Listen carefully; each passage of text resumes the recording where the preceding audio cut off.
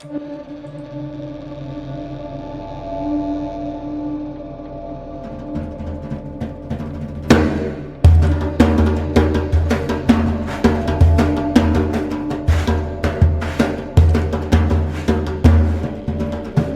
there, it's Lacey J, here to ask you to go to spacebearmedia.com right now to access all our content, buy yourself some merch, and most importantly, send us a message, a question, fan mail, even hate mail.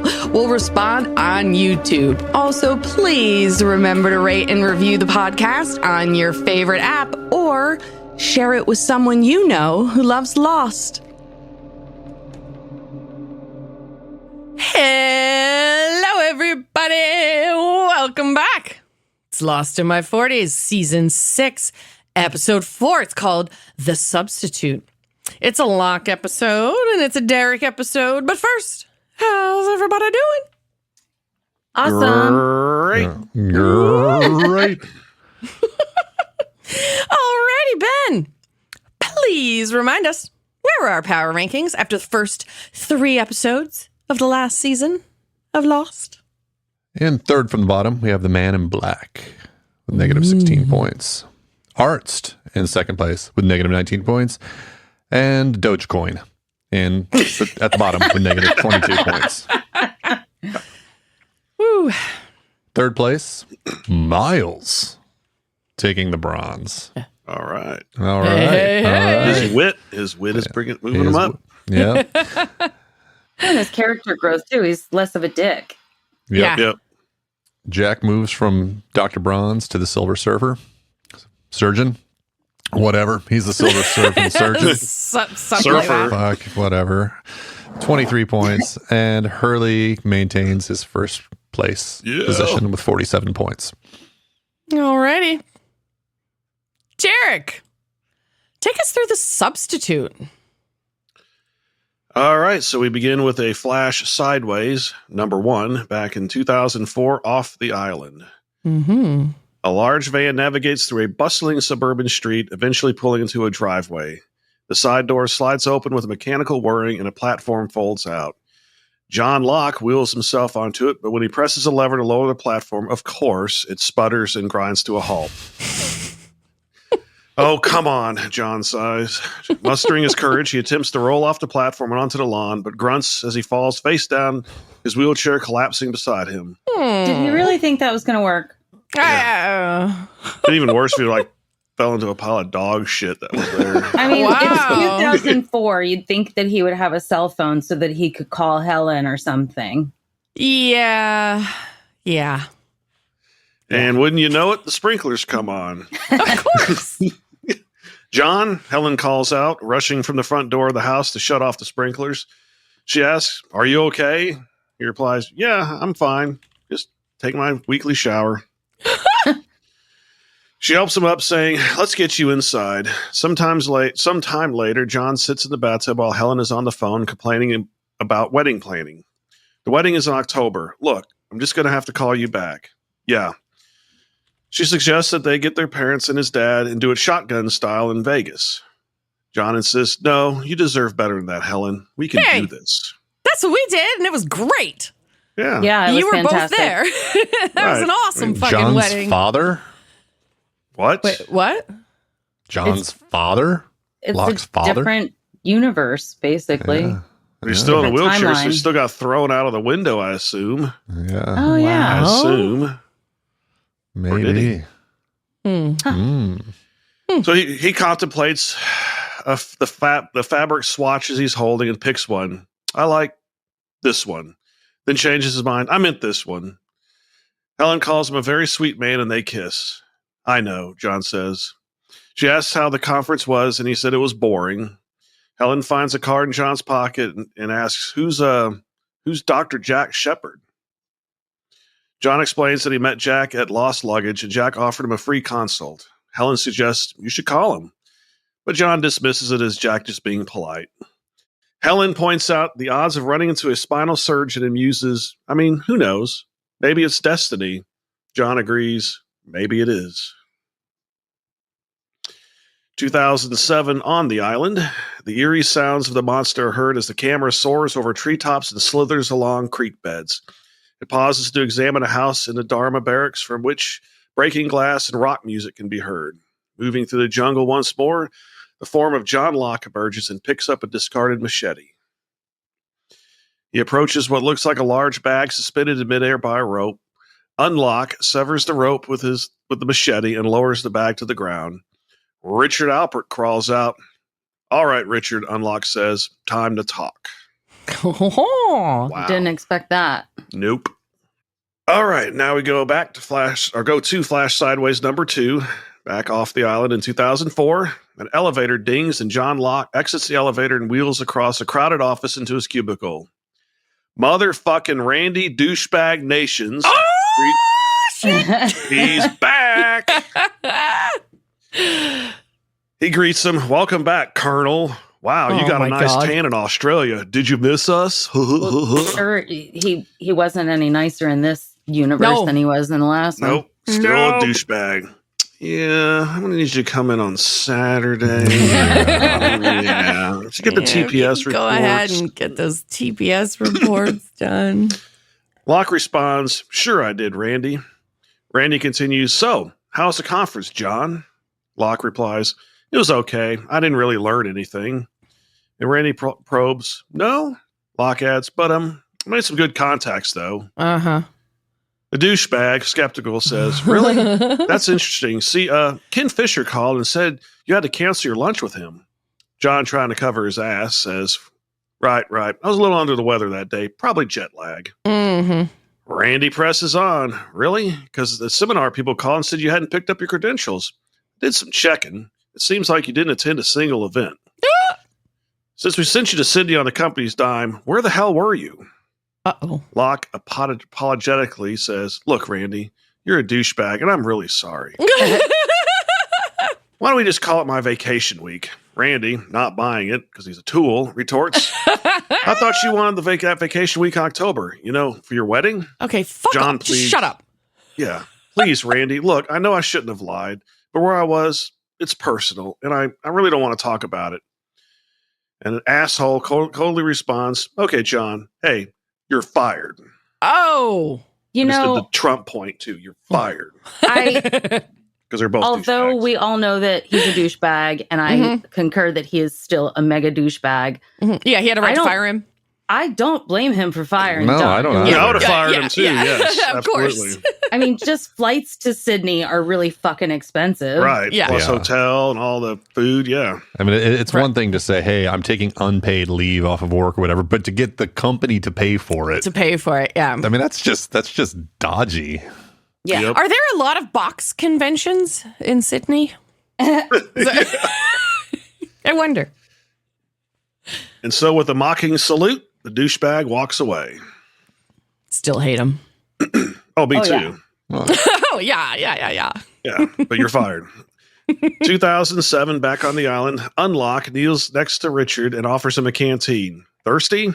Richard drinks deeply, and Unlock continues, Richard, I'm sorry I hit you in the throat and dragged you off the beach, but I had to do something. Sorry about the throat punch. Yeah. Richard, wary, asks, what do you want? Unlock replies, what I've always wanted, for you to come with me. Confused, Richard asks, why do you look like John Locke? And Unlock explains, I knew he'd get me access to Jacob because John's a candidate, or at least he was a candidate. A what? What? What does running that for mean? office, or They both stand. Richard, still puzzled, asks, what do you mean? What do you mean a candidate? Unlock inquires, didn't Jacob tell you any of this? Uh-oh. Richard, bewildered, replies, any of what? Obviously, Jacob didn't talk to many people. Yeah, right? Unlock, showing some pity, says, oh, Richard, I'm sorry. You mean you've been doing everything he told you all this time and he never said why? Oh, my God. Richard remains silent, and Unlock asserts, I would have never done that to you. I would have never kept you in the dark. I would have treated you with respect. Come with me, and I promise I'll tell you everything. Whoa. Richard, not buying it, firmly says no. Unlock replies, are you sure about that, Richard? Because people seldom get a second chance. Whoa. And Richard stands his ground. I'm not going anywhere with you. And Unlock, starting to leave, says, all right, I'll.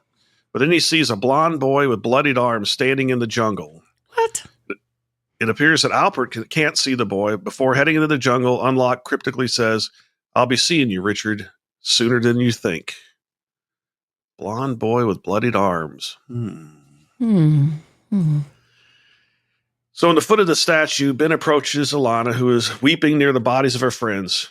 Am I interrupting? Ben asks. Wow. Yes. Good old Ben. Wow. Alana wipes at her eyes and demands, tell me what happened to them. Ben begins, all right, there's a fairly reasonable chance that you won't believe me. Alana stands and walks over to him saying, insist and try me. And Ben reveals, John Locke killed him. Skeptical, she questions, all by himself? Ben confirms, yes, he turned into a pillar of black smoke and killed him right before my eyes. Yeah, I don't believe you.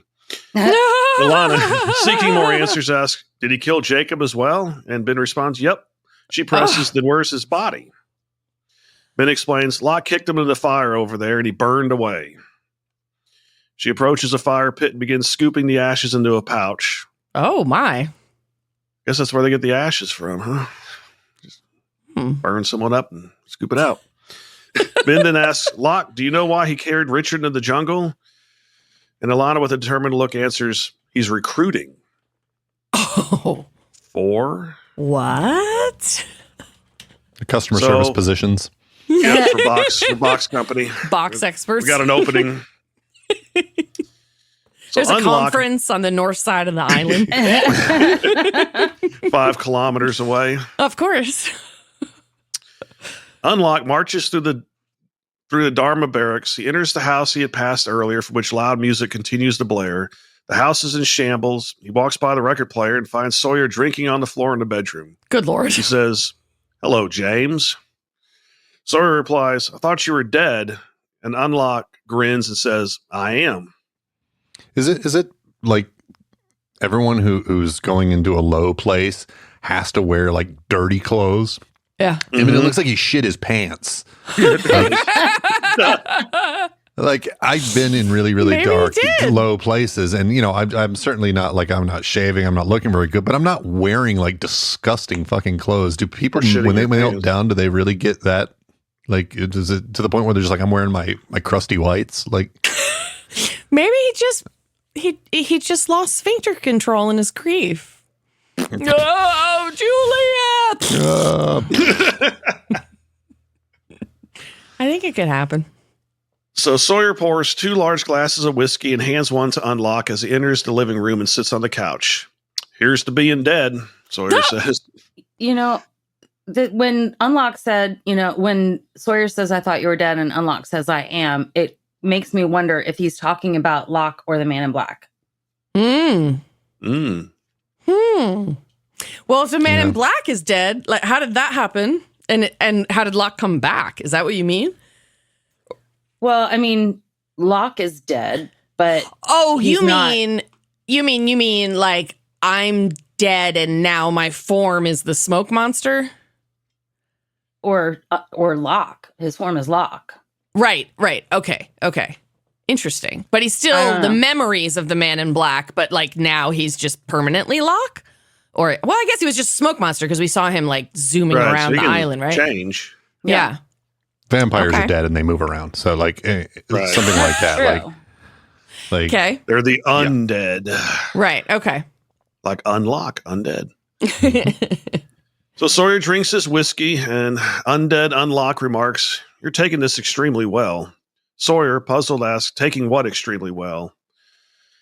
He clarifies that I'm here, and Sawyer dismisses it, saying, I don't give a damn if you're dead, or time traveling, or the ghost of Christmas past. All I care about is this whiskey, so bottoms up and get the hell out of my house. So Unlock puts his whiskey down and counters, this isn't your house, James. You just lived here for a while. This was never your house. Ow. And Sawyer says, who are you? Because you sure the hell ain't John Locke. Unlock asks, what makes you say that? Sawyer explains, because Locke was scared, even when he was pretending he wasn't. But you ain't scared. Unlock says he's the person who can tell Sawyer why he's on the island. Oh. But Sawyer's not that interested. He shrugs it off, saying, I'm on this island because my plane crashed, because my raft blew up, because the helicopter I was on was riding one too heavy. Good Lord. Yeah, I'm not getting on any kind of motorized device, anything with any means of transportation with him. No. Unless you're like throwing me like Uncle Rico back to the United States. I am stuck here. Then there was the hang glider incident, and then I was paragliding one day. And I grabbed onto one of those carrier pigeons. That didn't last long. So Unlock says he's wrong and can prove it. And Sawyer replies, well, I guess I better put some pants on that don't have shit on them. yeah, right. He did have pants on. That's why I thought it was funny when he said it, to put some pants on. Flash Clean sideways, ones, number 3. Back in 2004, off the island, Locke wheels towards his van in the parking lot with a box of his belongings in his lap. He finds the yellow Hummer parked next to him, preventing him from boarding his van via the platform. A yellow Hummer? Yes. Yep. I was just meant like we I know understand who what you're drives a doing. yellow Hummer. That was amazing. Oh, you're Frustrated, Locke mutters, okay. He uses the remote to activate the platform, hoping to strike the Hummer with it, but as usual, it fails again. as Crap. usual. Poor Locke. Come on, he exclaims, throwing the remote to the ground and banging on the Hummer until the alarm sounds.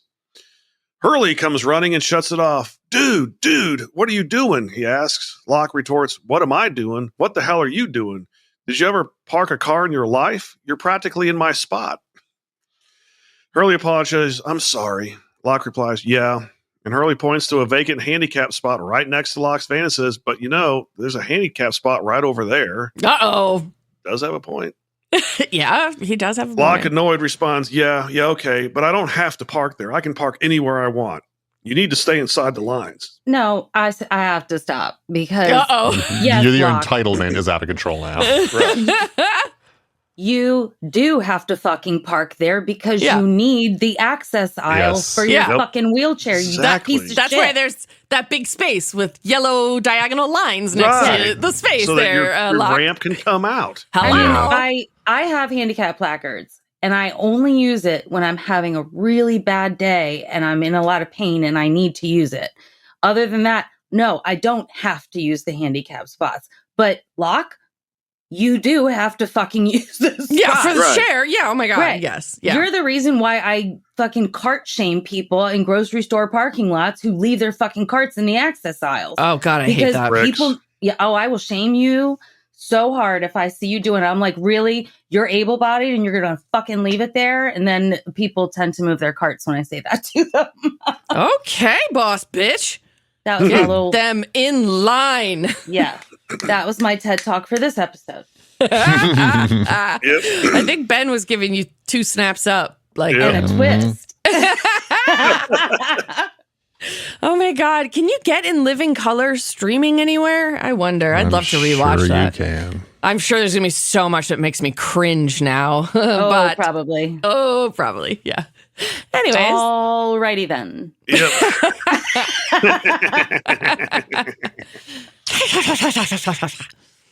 Hurley explains, I'm really sorry. They were supposed to reserve a spot for me, so, I just parked here. Locke sighs and asks, I haven't seen you before. Do you work here? Hurley reveals, actually, I own the company. They chuckle and Hurley introduces himself. Hugo Reyes. Locke replies, John Locke. They shake hands and Hurley asks, cool, what do you do here, Locke? Locke admits, actually, nothing. My boss just fired me.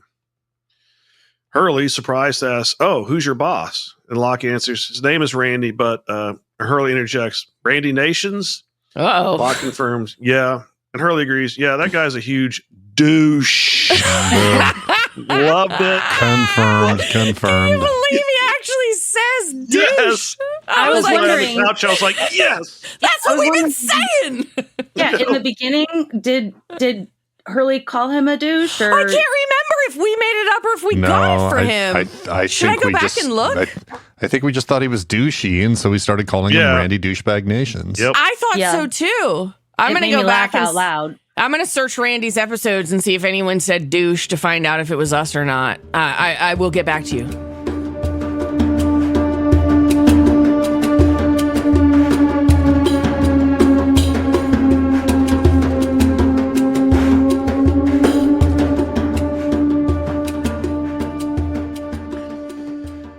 So Hurley goes, want me to talk to him for you? I've been like, yes, fire his ass. But Locke declines and says, no, that's okay. Hurley then offers, tell you what, Locke, I own a temp agency too. You could defraud them of travel money as well. Exactly. He takes a pen and paper from Locke's box. I hope he disinfects it first. Yes. And begins writing. Call this number and tell him that Hugo said to hook you up with a new job. Pronto. He hands Locke the pen and paper, and Hurley assures Locke, and chin up, things are going to work out. 2007 on the island, and we're on the beach in Lapidus. Covers Locke's body with a tarp and comments, it's getting pretty ripe. Ew. Oh, I bet. It's a hot beach. Yeah, that's true. Yep. Notice he has a crab on his head. Did you notice Not that? a good place for a dead body. What was on his head? A crab? There was like a crab on Locke's head, yeah. So Alana exits the foot of the statue and asks, where is everybody? And Sun replies, they left. They said they were going to the temple. Alana states, right now, that's the safest place on the island. We should go there too. Sun, concerned, asks, are you all right? And Alana reassures her, I'm fine. Come on, let's get out of here. But Sun is skeptical and asks, what makes you think that I'm going with you? And Alana responds, because you want to find Jin. Sun, taken aback, asks, what do you know about my husband? Whoa. Well, I slept with him last night. Oh, my God. She explains, I know that he's on the island, and if he's alive, then he'll be at the temple. Let's get moving.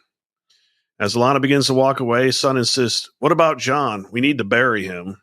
Yeah, they're just going to leave his ass to rot on the beach. Need your husband. Going to bury your friend. Jesus Christ, you're all with a fucking honeydew list from her. The crabs will take care of Locke. Yeah, the crabs will take care of Locke. They would. It's not Locke, it's his body.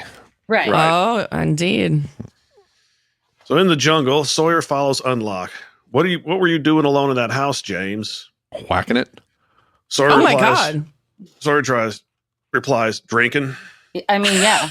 What he was doing, drinking and shit. Shit myself. Wow. Unlock continues, where are the rest of your friends? Sawyer says that they're in some temple, and Unlock wants to know why he's not with them. And Sawyer snaps, you know what? How about we just don't talk? And Unlock agrees, you got it. Wow. Then Sawyer suddenly sees a blonde boy standing in the jungle, and Unlock sees him too. Who the hell's that? Sawyer asks. And Unlock, surprised, asks, you can see him? Oh. Sawyer confirms, the kid? Hell yeah, I can see him. The boy begins to run, and Unlock shouts, hey! Unlock chases him, but trips on a root and falls. The boy stands over him and says, you know the rules. You can't kill him. What? Rules? I wonder who this boy is. I do like this scene because it's like he falls and it's sort of like his legs don't work there for a second. And then all of a sudden there's a higher power sort of like telling him something. And it's like, oh, okay. So there's other things going on here too. And Unlock defiantly responds, don't tell me what I can't do. Oh, wow. The smoke monster came out of Unlock. Yeah, really channeling his body. The boy shakes his head and walks away, leaving Unlock to shout again, don't tell me what I can't do. Wow. I love that in the script, defiantly has the blue underline, like, and then if you click on it, it thinks that you meant definitely. Oh, really? Oh, yeah, I see the blue line. Yep, definitely. Oh, that's fun. Like autocorrect is trying to change it to the wrong thing. The grammar or whatever, yeah. I just love when people say that they, defiantly did something when they meant to say they definitely did it. Yeah. That happens a lot, I think. Yeah. So Sawyer is now standing alone in the jungle. He yells, Locke, look, whoever you are, you got about 20 seconds and I'm out of here.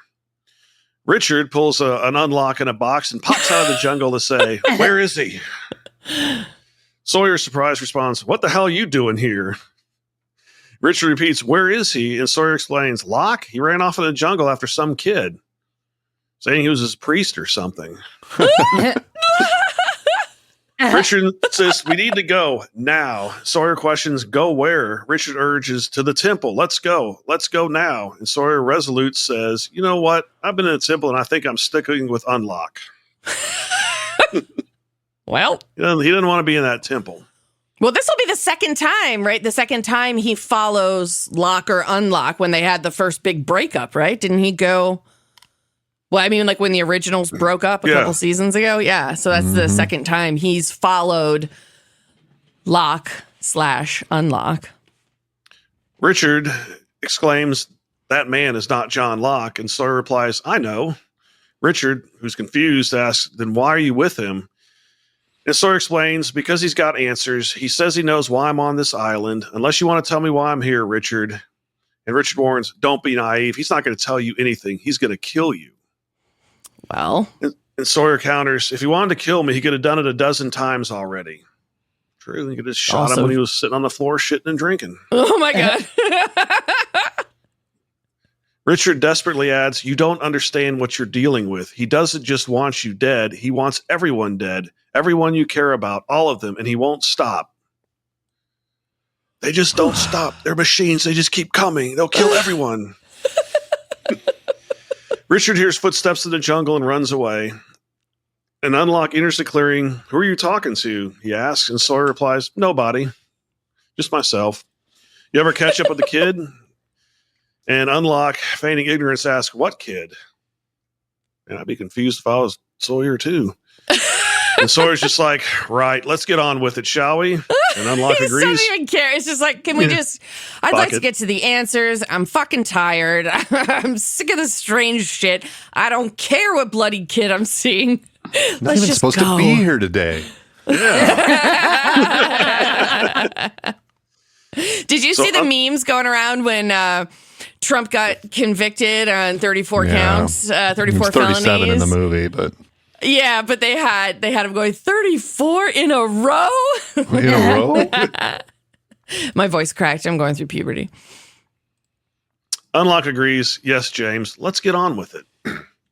Flash sideways number 4 back off the island in 04. John Locke sits across the desk from a woman who asks, "What kind of animal would you describe yourself as?" Oh my God. I love the expressions on this woman's face. Yeah. She's so fantastic. Yeah. She's so into it. Yeah. Oh, like this woman basically was born to work in HR. Yep. John, puzzled, replies, "Excuse me?" She repeats the question. He hesitates, saying, "What? I don't know what this has to do with." She cuts him off, urging, "Just say whatever comes to mind. You're like shark, so I can eat your ass." Whoa. Yeah, Whoa, Jaws, baby. Damn, you went right to eating ass. You must be I know, really dude. like, There we go. He's like, like what Kate does. He's like, you bend over, I'm already at the right height. I wonder Just how wheel Helen himself would in. feel about that. wow. What did you say, Christy? I said, I wonder how Helen would feel about that. Oh, Helen likes to get her ass ate. I'm sure of it. John remains silent. The woman then asks, "Would you describe yourself as a people person?"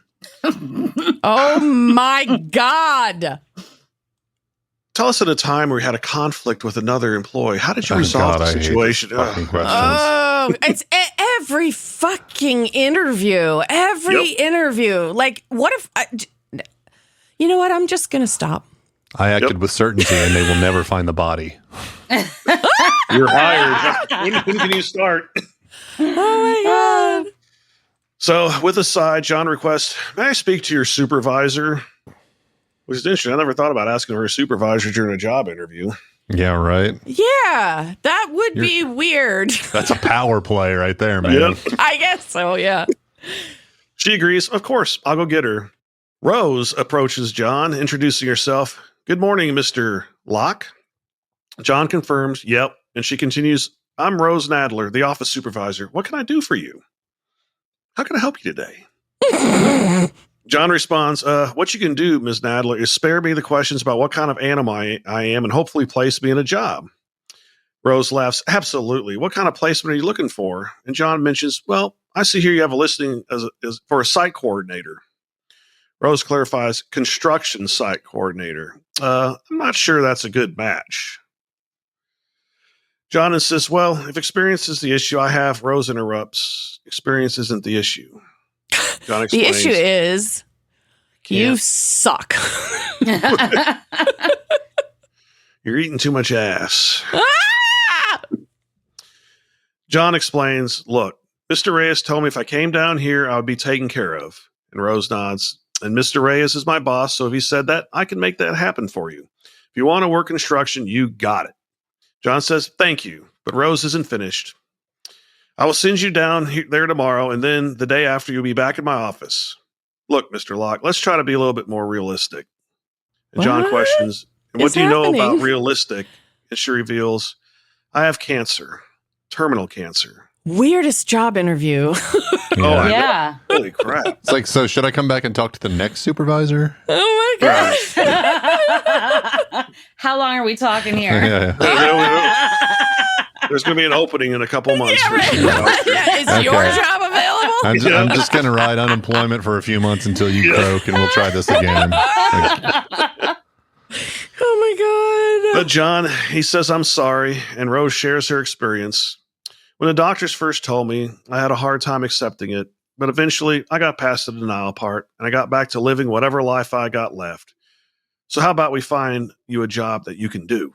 Wow. So if I had terminal cancer, going to work would not be what I'd want to be living life. Fuck that. No. I have an announcement. While we've been doing this, I very quietly Googled the list of episodes that Randy Nations appears in. And then I went over and I pulled up each one of their transcripts and I hit Control F and wrote douche. And this episode is the first time that Hurley called him that. So that was us.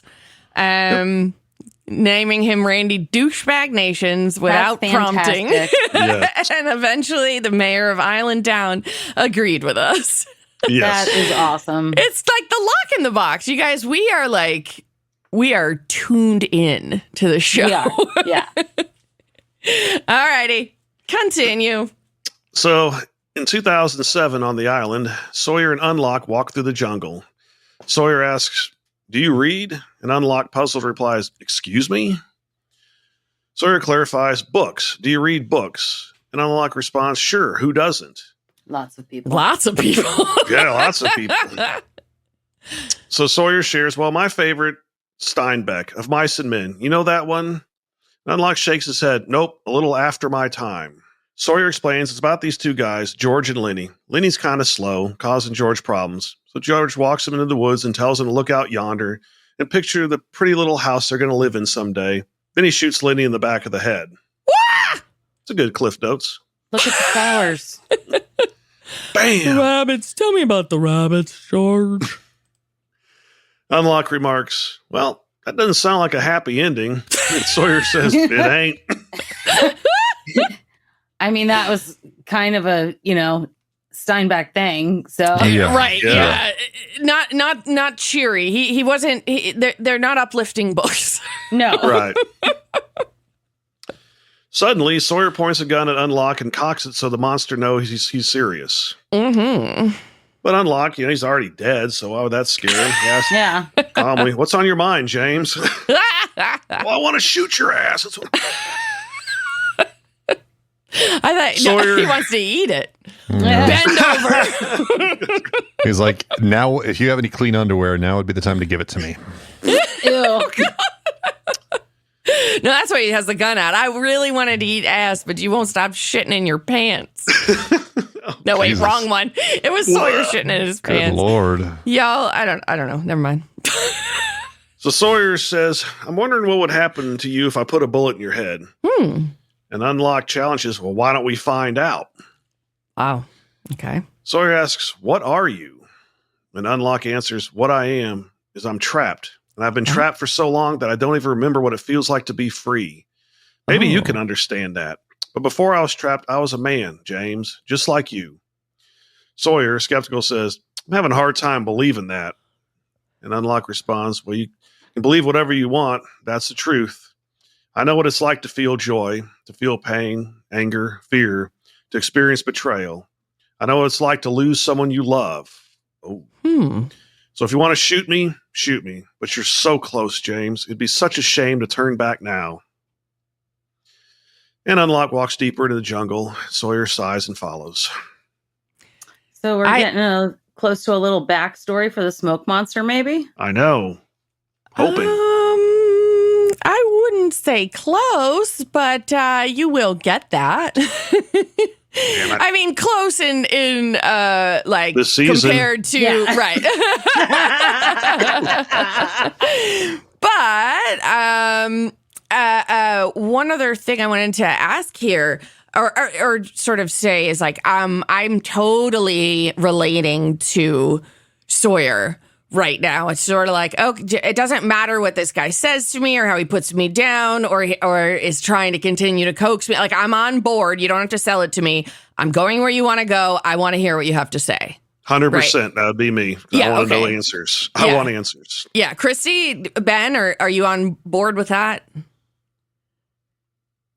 To an extent, yeah, I want answers, but I don't know that I would be following this man who looks like Locke and clearly isn't Locke. I think that it would freak me the fuck out and I'd be at the temple. Well, okay. So I think that I definitely think Sawyer might be freaked out about it or, you know, whatever. Right. But I wouldn't be like blindly following, like, oh man, you know, but he has a gun too. But you just got to know. Yeah. But I'm feeling like from Sawyer's point of view, he's just done, man. Juliet is gone. He's drinking and shitting his pants. It's like, what the fuck else? I'm going to get these answers before I just eventually, you know, before I die and never know or something like that. Like he's at that I've got nothing to lose kind of position, you know? Yeah. And he's, you know, lost the woman that he loved. And, you know, he's in a place where his life probably doesn't matter very much to him. Yeah. Ben, what would you be Sawyer if I were in Sawyer, this? I'd still be sitting in that. I'd still be sitting in my own filth, drinking whiskey in the house. Okay. I'd just still be drinking and shitting. Oh my God. Okay. Drinking and shitting. Anywho. So across the island, Lapidus and Son walk ahead while Ben and Ilana carry Locke's corpse. It was Son's idea to bury him. She should carry the corpse. Ben asks, why did you have to bring him to the statue in the first place? And she explains, because the people there need to see the face of what they're up against. And Ben questions, and what's to stop what they're up against from changing his face? And Ilana replies, he can't, not anymore. He's stuck this way. Whoa. What? Stuck. Interesting. So how come he could be all the other dead people, but he's stuck as Locke? Jacob's dead. He's stuck wherever he was when Jacob was there. Oh, you think so? That's what I thought. Jacob had something to do with it, yeah. Okay. So they arrive at the graveyard in the old beach camp. Moments later, Ben and Lapidus are digging the grave while Ilana and Son prepare Locke's corpse. They lower Locke into his final resting place, and Ilana asks, does anyone want to say anything? Initially, no one responds. And Ilana presses, didn't any of you know him? Jesus. So Ben steps up. All right, I knew him. John Locke he was a believer. He was a man of faith. He was a man much better than I will ever be. And I'm very sorry I murdered him. Hell of a eulogy. Wow. Yeah. And Lapidus comments, weirdest damn funeral I've ever been to. I love him. It was fantastic. And he still rocked the chest hair at the funeral. Yes. So Yes. Yep. So Ben and Lapidus then start to cover the body with dirt. wow. Flash sideways, number 5. Back in 2004, Locke is already awake in bed when his alarm rings. He gets up, gets dressed, and in the bathroom he looks into a shaving mirror, then pushes it aside to see the contact card Jack gave him at the airport. He dials the number on his cell phone, and a woman answers, hello, Dr. Shepard's office. Locke takes the phone away from his ear, then puts it back. The woman asks, hello, can I help you? And Locke replies, no, you can't. And hangs up. Now, why did you call? Yeah, Why would he chicken out on that? I don't know. All right. Helen, making the bed in the other room, asks, who's that on the phone? And Locke says, no one. Helen insists, no one? John, I just heard you talking on the phone. Locke explains, I was calling Dr. Shepard. And Helen responds, good for you. When are you going to go see him? Locke admits, I'm not going to see him. And she is confused and asks, well, I don't understand. Why wouldn't you? And Locke interrupts, I got fired, Helen. Oof. I'm a loser now. Now? Yeah, right. Yeah, an even bigger loser. We don't I'm a know broke his loser. we don't know his entire past in this, universe or wherever the fuck we are. But it's clearly he got into a wheelchair somehow, but he hasn't lost Helen, so maybe he hasn't done as many like loserish things that we know he's done in, the other universe. All this stuff happens, but he still ends up in a fucking box company. Yeah. Yeah. It's funny the things that they kept the same and the things that they changed. Anywho's. So the doorbell rings and Helen says, coming. Oh. An off-camera man announces, ma'am, Oceanic Courier delivering your lost luggage. Sign here to accept the delivery. Helen signs and brings the case inside of the kitchen. She asks, okay, John, talk to me. How did you get fired? And he confesses, I lied to Randy. I lied to the douchebag. I didn't go to the conferences in Sydney. Helen, shocked, says, what? Locke says, open the case, Helen. And she opens the case to find it filled with knives. What's in the case? I'm a serial killer. I'm a serial killer, Helen. And I'm going to start with you. What's in the case? What's in the case? And so she asks, what are these for? And Locke replies, to cut things. Oh, my God. Right. No, he replies, my walkabout. Helen confused, your what? And he explains, my walkabout in my wheelchair. It's an adventure in the outback. Man against nature. But they wouldn't let me go because I couldn't walk. He lied to Booth on the plane. Yep.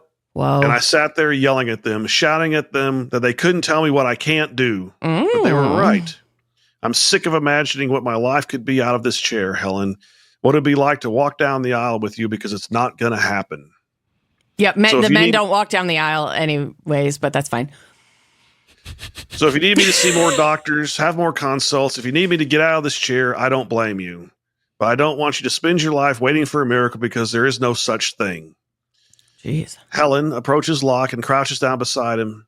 She reassures him, there are miracles, John. And the only thing I ever was waiting for was you.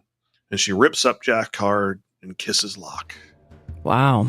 Now get ready to eat ass. Oop.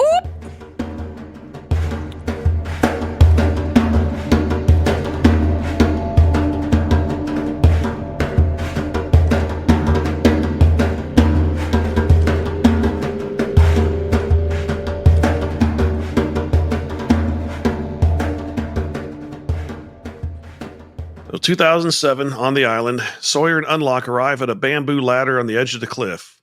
Nice view. Now what? Sawyer asks. Unlock replies, now we go down. Here's the thing. More eating ass. Here we go. Yep. Glad you got your clean pants on, Sawyer. Just Oh my lure you to the God. cliffside so that you'd have something nice to look at while you blew me. Now, Oh here's my the God. thing. Sawyer's been drinking like a fish. There's no way he's going to be able to climb down that thing. Oh, Yeah. you're right. Unless it took him hours and hours to walk there. Yeah, I couldn't do that sober, let alone wasted, hanging from a ladder off the side of a cliff with waves crashing at me. Fuck I would that. have done that like when I was like 20 or something. but I would not. I now. would have never, ever, never. Not in a million years. I would not get on that fucking ladder. Nah, fuck that. Sawyer looks down the tall cliffside and retorts, down where? And Unlock points, down there. At my cock. Yeah. Sorry. I don't know why I said it in that I didn't voice. like that, too. That was funny. And then like a huge like black smoke dick like emerges from his pants. Wow. Oh my god! Lost the porno. The cock monster. The cock monster. Yeah. Oh my god! Oh my God. So Sawyer says, "No offense, but you already died. So this is great. This isn't a big deal for you. But if you think I'm climbing down there first, you're off your damn mind." And Unlock reassures him, "It's no problem. I'll go first." So he starts descending the ladder. "Coming, James?" he calls up. Yeah. He goes, "Yes, right there." Oh my god! Oh. Yeah. This ladder scene is just degenerated. Holy shit. So Sawyer starts to climb down after him. As he nears the bottom, a rung snaps, leaving him clinging for his life. And that thing is just flying around. Ridiculous. It's completely terrifying. ridiculous. Yeah. But he recovers and moves on to the rope ladder. Sawyer breathes a sigh of relief, but then the rope ladder detaches from the wall, sending him flying down the cliffside and bouncing as the ladder snaps tight. For fuck's sake. And Unlock shouts, "James!" and starts to climb up to help him. "Locke!" Sawyer yells. So Unlock encourages him, "Hold on, come on, I got you, come on, we're almost there. Oh, come on." Oh. And Locke's just covered with just white. It's covered in white. Yeah. Everything goes white. Makes Yeah, his way everything down the goes shaft. And Yeah. everything goes white. We're about to get into the cave, so I got to give it to Sawyer's upper body strength. Not Yeah. insane. give me a fucking break. Yeah, come on. That's definitely a stuntman with like a wire around his waist. Oh, yeah. Like no fucking way. Of course. So with Unlock's help, Sawyer swings across to the bamboo ladder they are now on, and they both descend and reach the bottom of the cliff, arriving at a cave entrance with a set of scales on a wooden table, balancing one black rock and one white rock evenly. "What is this place?" Sawyer asks, and Unlock takes the white rock from the scale and throws it into the ocean. What the hell is that all? Remember the scene, I guess it's season 1, right? Where Locke is holding up the two pieces to show, Walt! Yep. Yeah. And now there they are. Mm-hmm. All right. So what the hell is that all about? Sawyer asks, and Unlock replies, "Inside joke." Sawyer is confused and asks, "So this is what you wanted me to see? A hole in the cliff with some rocks on a scale? That's why I'm here?" You said lawyer. I did say lawyer. Holy shit. Well, it's it's contagious. Yep. Unlock lights one of those magical torches that appears out of nowhere and leads Sawyer inside the cave, saying, "No, that's why you're here." And Sawyer takes the torch from Unlock and examines the walls of the cave, which are covered with hundreds of names, most of which are crossed off. And Unlock concludes, "That, James, is why you're all here." Whoa. What the hell? Whoa. Flash sideways number 6, 2004, off the island. Inside a school gym, Locke is coaching a group of students. "All right, speed it up. All the way. No cheating. Come on now. Come on, all the way. You can catch up. Bring it in, all the way. Good job," he encourages them. Later, Locke is in a classroom sitting at the front desk and opens the textbook. "All right, everyone, please open your textbook to chapter 4. Today we're going to talk about the human reproductive system." Could not let a substitute Teacher do that? No. Yeah, that seems No weird. birds and the bees? Come on. God, those classes were so ridiculous. Yeah. Stork. Having to learn that, sitting there looking at each other, like, oh, so weird. Trying to keep it straight Yeah. face, I remember when they were doing that, I was like, yes, I know this stuff already. I know, Are or you like, fucking I've been kidding me? masturbating since I was 9. Right. Let's move on. I got it. The bell rings and students flood out of the classroom into the hall. Locke stops one of them asking, "Do you know where can you tell me where the teacher's lounge is?" And the kid points and says, "Yeah, it's over there." Locke thanks him and heads to the teacher's lounge, where a man is standing at the coffee machine with his back to Locke. The man grumbles, "All right, I know I sound like a broken record, but how many times do we have to go over this? If you have the last cup of coffee, you remove the filter and throw it away." Good Lord. I know. Fear not, I'll make a fresh pot. And Locke responds, actually, I was just hoping for some Earl Grey. Okay. The man turns Captain around, Picard. revealing himself to be motherfucking Benjamin Linus. Oh, shit. What the T, what is going on here? Tea? Now that's a gentleman's drink. I don't believe we've met, he says, and they shake hands, and Ben introduces himself, Ben Linus, European history. Wow. And Locke replies, John Locke, substitute. And Ben says, well, welcome. And Locke smiles.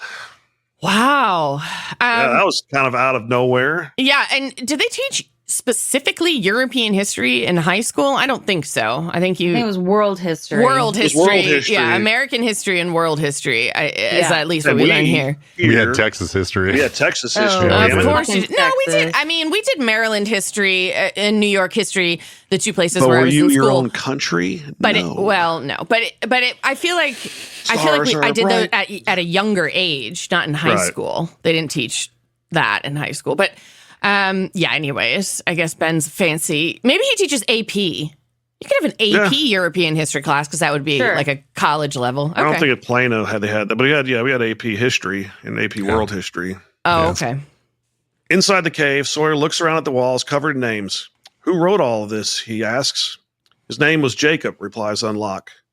Was Jacob? Sawyer inquires. Oh. He died yesterday, Unlock confirms. And we see a flashback of Unlock kicking Jacob into the fire. Sawyer is puzzled. You don't seem too upset about it. And Unlock simply says, I'm not. I'm not. It's a I've been matter trying of to do fact. that for like 2,000 years at least. Yeah, I'm good with it. So confused, Sawyer asks, why are all the names crossed out? And Unlock clarifies, they're not all crossed out. Hmm. Sawyer notices 23, Shepherd, written on the wall. Whoa. Shepherd, that Jack Shepherd, he asks. We see a flashback of Jack accepting the Apollo bar from Jacob. Unlock continues, he's not the only one. He points to 8, Reyes, on the wall. Whoa. Reyes, that's Hugo, right? And then we see Jacob and Hurley in the taxi. What's the 8 about? Uh-huh. Sawyer asks, and Unlock explains, Jacob had a thing for numbers. 16, draw. We see a flashback of Jacob touching Saeed on the shoulder. Whoa. 42, Quan. I don't know if it's for Sun or for its Jin, Unlock says. We see Jacob congratulating them at their wedding. 4, Locke. I think we both know him, Unlock adds. And then we see Jacob touch Locke on the shoulder in a flashback. And last but not least, number 15, Ford. Oh. What the hell? Unlock reveals, that would be you. Sawyer, bewildered, asks, why would he write my name on this wall? I've never even met the guy. Unlock replies, oh no, I'm sure you did meet Jacob. And then we see Jacob giving a young Sawyer a pen. And Unlock explains, at some point in your life, James, probably when you were young and miserable and vulnerable, he came to you, he manipulated you, pulled your strings like you were a puppet. And as a result, choices you thought were made were never really choices at all. He was pushing you, James, pushing you to the island. Holy shit. What in the hell is going on here? Oh my gosh. Wow, this is like a huge reveal. Huge. Like numbers like no one's ever seen before. Right. Numbers everywhere. Sawyer, still confused, asks, why the hell would he do that? And Unlock responds, because you're a candidate. Sawyer asks, a candidate for what? And Unlock elaborates, he thought he was the protector of this place. And you, James, have been nominated to take that job. Sawyer, still trying to grasp the situation, asks, and what does that mean? And Unlock explains, it means that you have 3 choices. First, you can do nothing and see how all this plays out. And then possibly your name will get crossed out. And then Unlock crosses number 4, Locke, out on the wall with chalk. Second option, you can accept the job, become the new Jacob, and protect the island. Oh my God. Sawyer questions, protect it from what?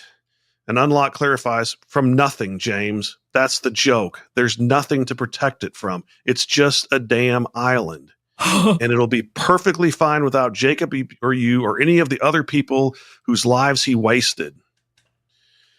And Sawyer says, you said there were 3 choices. And Unlock confirms the third choice, James, is that we just go.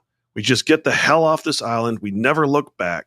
And Sawyer, very intrigued, asks, and how do we do that? And Unlock answers, together. So what do you say, James? Are you ready to go home? And after a pause, Sawyer confidently replies, hell yes. Oh, no. Lost title screen, end of episode. Whoa. Wow. He was recruiting. So apparently the Holy man shit. in black can't leave the island without help. Yep.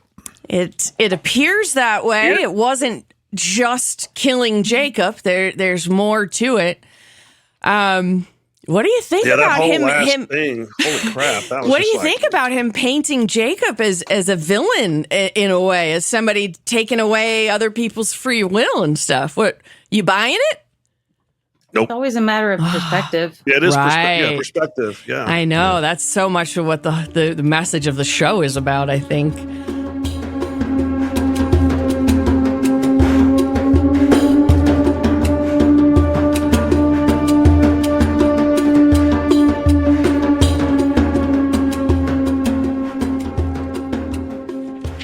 Shall we do some fun facts? Okay. Yep. Do it. Today we're going to talk about the walkabout. All right. All right. So, a walkabout is the indigenous people's tradition in Australia. The concept of the walkabout originates from Aboriginal culture, where it refers to a rite of passage during which young males undertake a long journey on foot in the wilderness for up to 6 months. Walkabouts have been part of Aboriginal culture for tens of thousands of years, making them one of the oldest continuous cultural practices in human history. A walkabout is not just a physical journey, but also a spiritual one. It is a time for self-discovery, connecting with nature, and understanding one's place in the world. Walkabouts are often timed with seasons, ensuring that participants have access to the necessary resources for survival, such as food and water, and I'm assuming temperature as well. For many Aboriginal Australians, a walkabout is a way to connect with their ancestors and the land, which holds spiritual significance and is considered a living entity. Participants often create symbolic artworks and carvings during their journey, which can represent their experiences and serve as a form of communication for others who follow them. The journey serves as a powerful educational experience, teaching survivors skills, environmental awareness, and the importance of harmony with nature. And I guess you need a suitcase full of knives to do that. There is no set path for a walkabout. The journey is meant to be unpredictable, allowing for spontaneous exploration and learning. Traditionally, participants in a walkabout rely on their own survival skills, living off the land by foraging for food, hunting, and finding natural water resources. So I guess, in the outback, if you can't find those, you're going to die pretty quick. Walkabouts play a crucial role in preserving Aboriginal culture, as they often involve passing down traditional knowledge, stories, and skills from one generation to the next. Going on a walkabout is a physically demanding experience, and it requires resilience and endurance. It also presents mental challenges, helping participants develop greater mental strength and clarity. While the traditional walkabout is deeply rooted in Aboriginal culture, the term has been adapted more broadly to describe any long, introspective journey often undertaken as a way to find oneself or to take a break from everyday life. Shall we go on a walkabout, guys? No, I'd rather I do a don't roll wanna do around. that. You'd rather? Okay.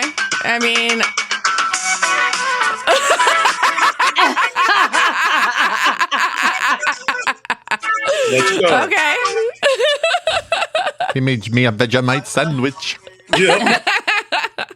Oh, boy. 6'4" and tall, full of muscle. Okay.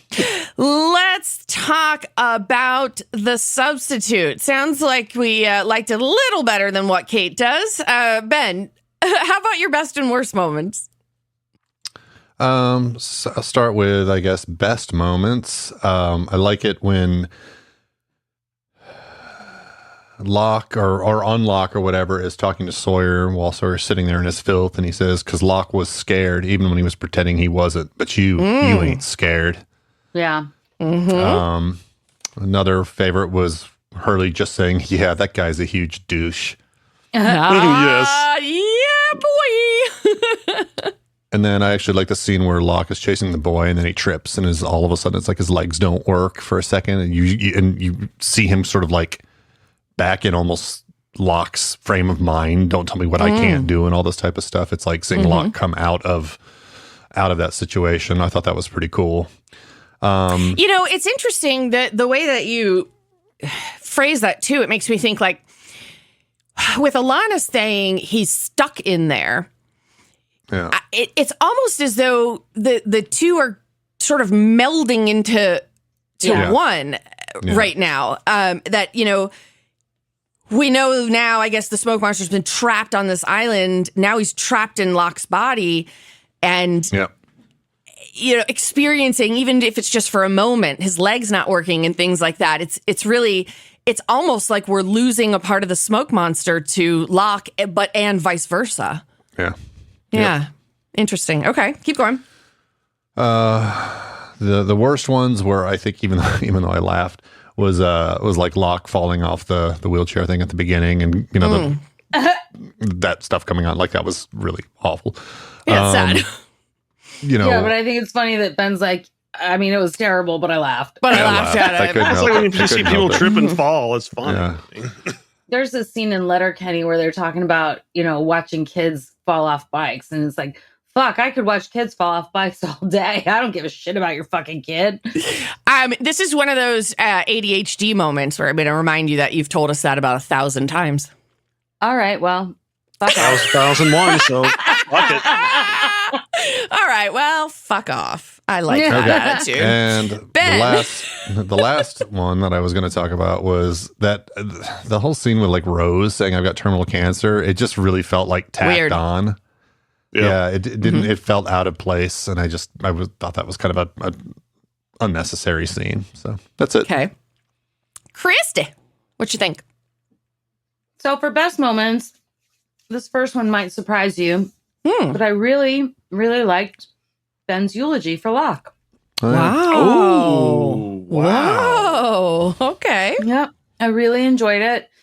It was short and sweet and to the point, but I don't know. He was showing real emotion and humanity there. Mm-hmm. Okay. At least he apologized for murdering him. Yes. Yeah.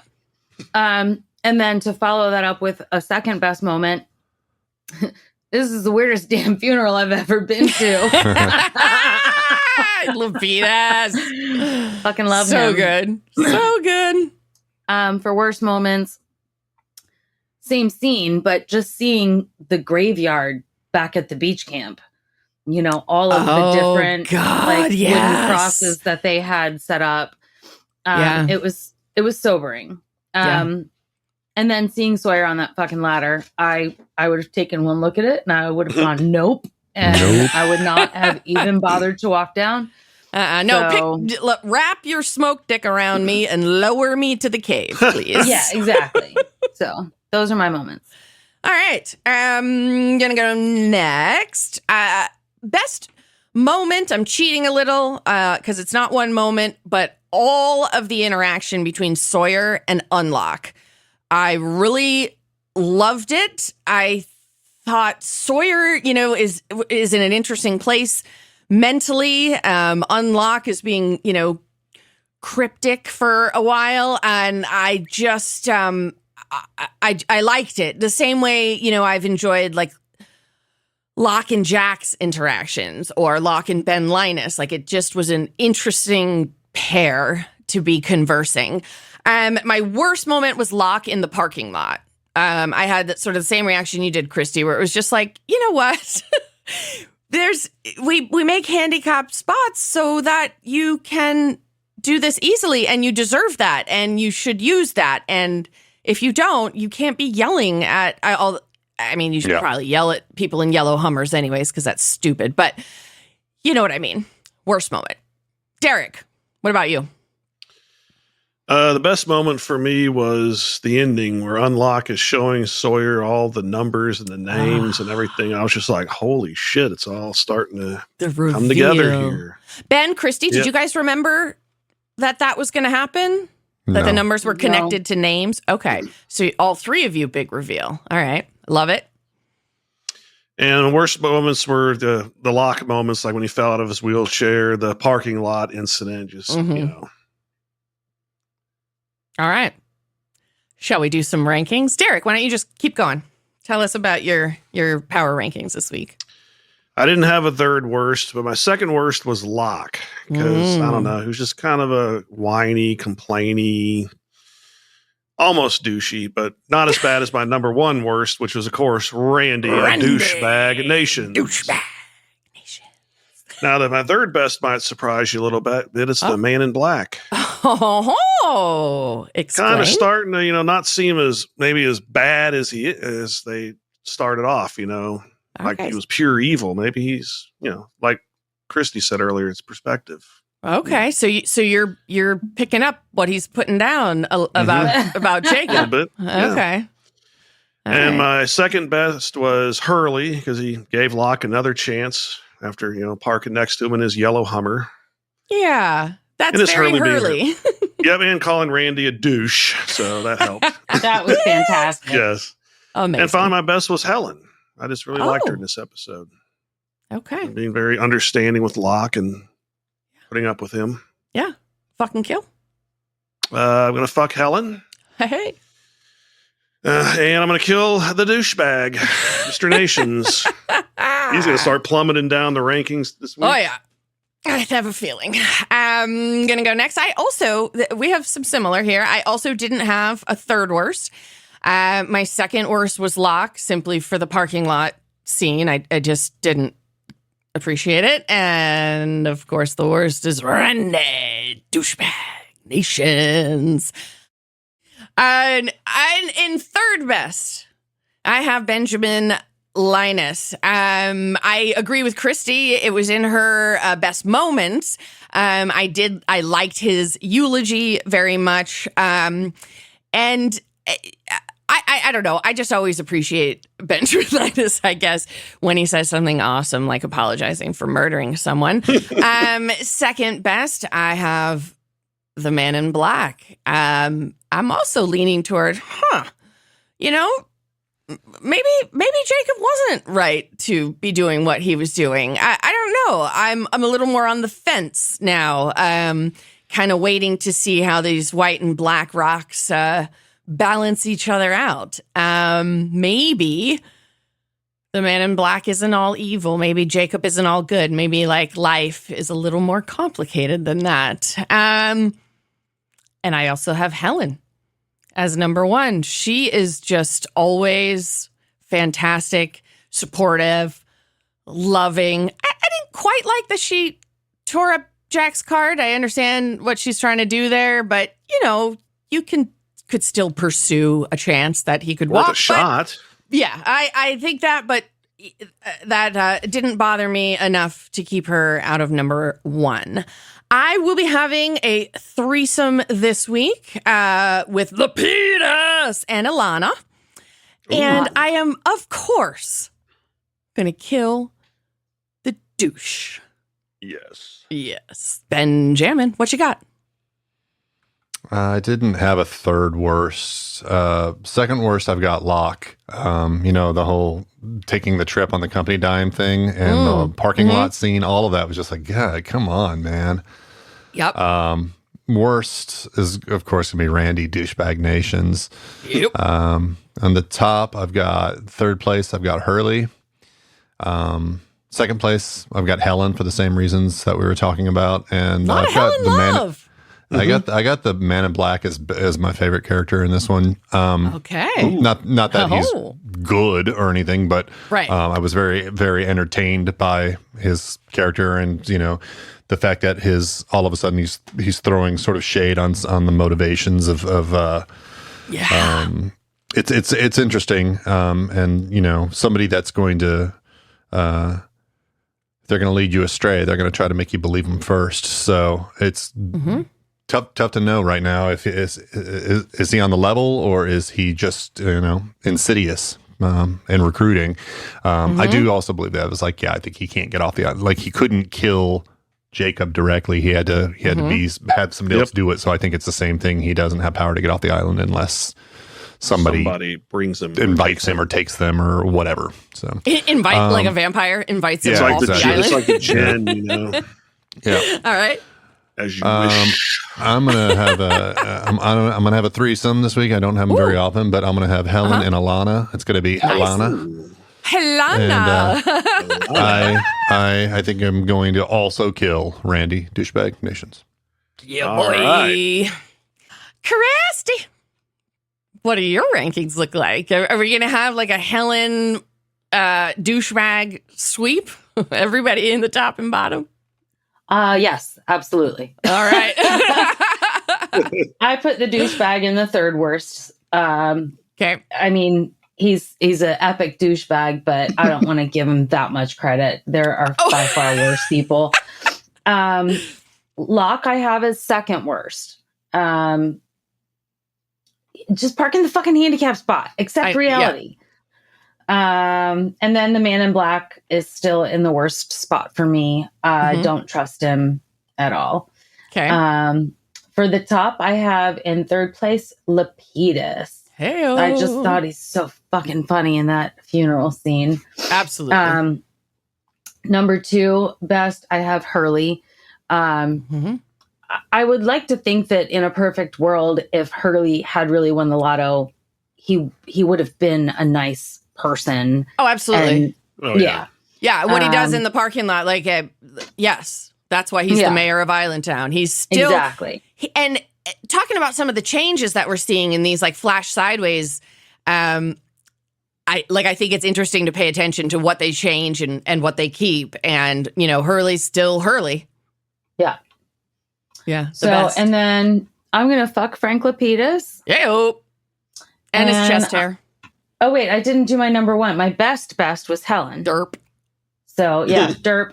Helen got the number one spot for me. I'm gonna fuck Frank Lapidus, and it's a sweep. I'm gonna kill Randy Douchebag Nation. Douchebag Nation. Douchebag goes down. All right. Benjamin, has there been some movement in the rankings?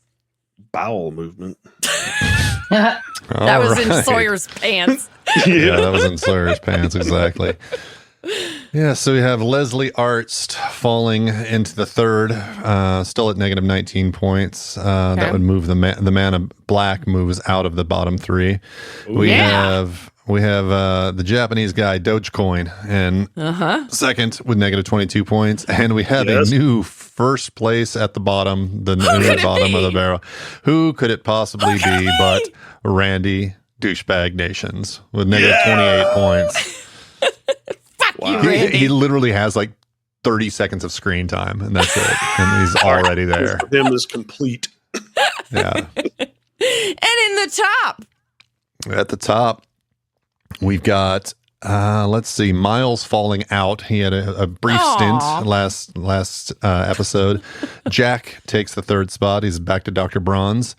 All right. Helen jumped into the second spot with 24 points. A strong showing. She's like the opposite of Randy. And Hurley continues his rise. He's now at 54 points. That puts him 30 points clear of second place, which holy shit, Hurley. Yeah. Good for you, Mayor. All righty.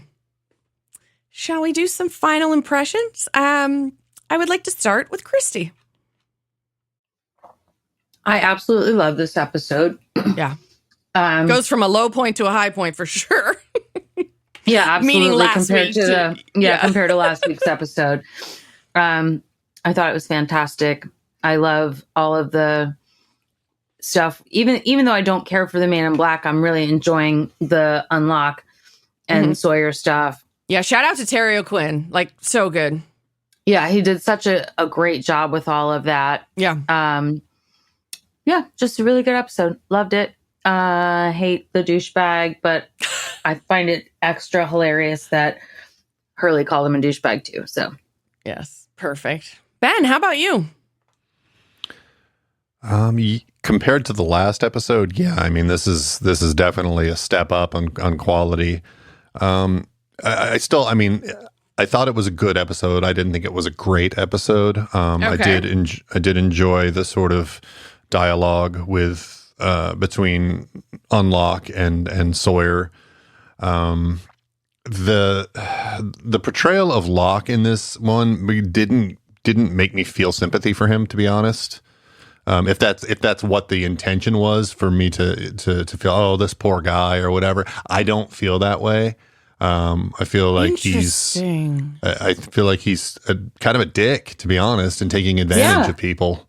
Okay, so let's talk about that for a second, because as you just pointed out, like in every other Locke flashback, we always really feel for him. And you're right. Like, I wonder if that's the thing sort of that they changed in this flash sideways, is he's still in the same sort of like physical condition, but somehow they've managed to remove the empathy for that, because he seems like he's kind of a dick. Yeah, you're right. Interesting. Yeah. Okay. Yeah, I mean, in every scene, in the first scene, he's getting defrauding his company, and then, hey, you're in my spot, and then when they do something nice for him, he gets there and he's like, oh, I need to talk to your manager, just like he's really entitled throughout the entire thing, and it really turns me off. Wow.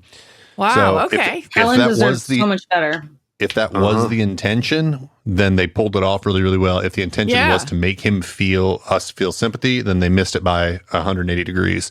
I don't think it was. I think I'm reading it as like that's sort of the change in the sideways, other than his father being alive. It's like we've lost the part of Locke that we love, and that is good. Yeah. It's not there. All right. And I mean the stuff, there's numbers and they wrote them on a cave wall, like whatever. It's sort of interesting, but whatever. There's more to come on that. It doesn't like when I saw that, I wasn't like, whoa, what's going on here? I was just like, okay, so now there's numbers on a wall next to names. There were always lists, so if there's numbers associated with them, if we're trying to tie those two things together, okay. I mean, not necessary for they could have just not done the numbers part ever again, and it would have been it would have been fine, because that continues. That storyline continues. So all in all, I think it was like a B+ episode. It was pretty good. Okay. I loved it. I don't know that if I would give it a grade. I could go with you as like a B+, A-. I definitely think it has. It might feel higher than that because we just came from kind of such a low point in the last episode. But I really did enjoy it. And like I said, my favorite parts were the Unlock and Sawyer. I love the numbers name reveal. I remember the first time I watched it just being like, holy fuck, because it's like they answer a question without answering the question. You get, okay, the numbers are somehow connected to these candidates, whatever that means, but they manage to give you like just the tip. There's more. So I really loved that. And yeah, as far as the Flash sideways, it was good to see Helen again. Obviously, she made a big showing in the power rankings. I won't say more about Locke. I think you guys both covered it, and I agree with everything that you're saying. And I just think that, this episode leaves me wanting more, and not in the way that what Kate does left me wanting like anything else. This one's grabbing me, and it's like, okay, let's keep going down this track. I want more of this. So I enjoyed that. Derek, how about your final impressions? New questions answered? What you got? Well, I thought this was a really good episode. I enjoyed it. Yeah, my sympathy for Locke went away because he just seemed like entitled and whiny and whatever. So, Do you think that was the intention of the writers? I hope it was, because if it wasn't, they were, like Ben said, they really missed the mark. But I think it is, because every scene of his, he was just that way, Yeah. But yeah, the whole numbers, it does. Yeah. And the numbers reveal, I liked that as well. It was bigger to me. I was like, holy crap, here we go. Now we have a little more idea of what these numbers are. There's names with them now. Right. Now, what they mean, I don't know yet. Right. What's a candidate? Yeah, exactly. And so I did like the unlock Sawyer scenes a lot, so. Although I guess the Man in Black or Unlock does kind of explain it. I mean, he says, like, you're a candidate to take over the island, but then blows it off like that's a dumb idea anyway.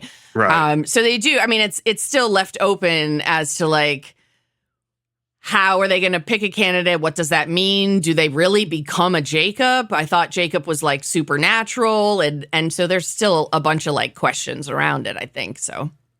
Well, maybe Jacob was a normal person and became supernatural when he took over. Oh, possible. Interesting. Maybe we'll find out about that. Yes, there's some questions. Is like, who is Locke or Unlock recruiting? Why is he recruiting? What does he need them for? Okay, good question. And then, who's that bloody kid? Obviously, a great question. Yeah. All right. Well, those are things that will be explored and answered later in this season, but not next week.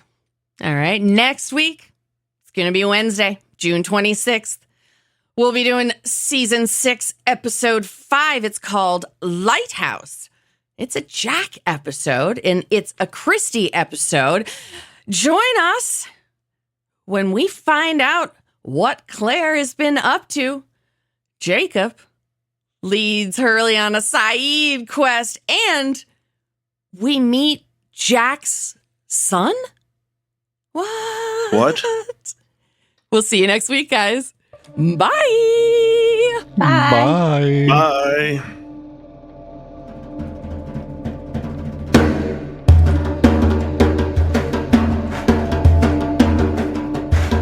Lost in My 40s is a Space Bear Media production. Executive produced and edited by me, Lacey J. Sound engineering, editing, and original music by Benjamin Trimp. Like and follow Lost in My 40s on Facebook and SpaceBear_Media on Instagram and Threads. Plus, follow Space Bear Media on YouTube for extra video content. Or for everything in one place, go to spacebearmedia.com.